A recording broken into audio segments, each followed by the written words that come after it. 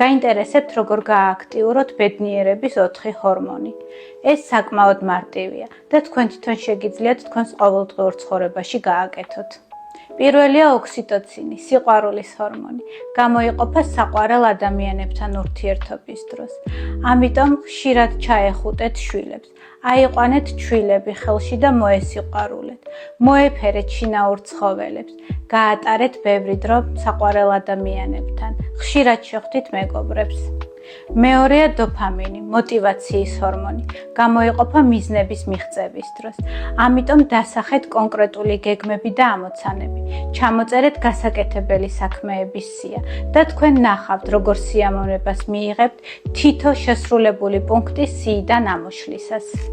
მესამეა ენდორფინი, ბუნებრივი ანტიდეპრესანტი და ტკივილგამაყუჩებელი ჰორმონი.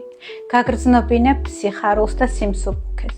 ამისათვის დაკავდით სპორტით, ფიზიკური აქტივობით, იცეკვეთ, მიირთვით შავი შოკოლადი და რაც მთავარია, ხშირად იცინეთ.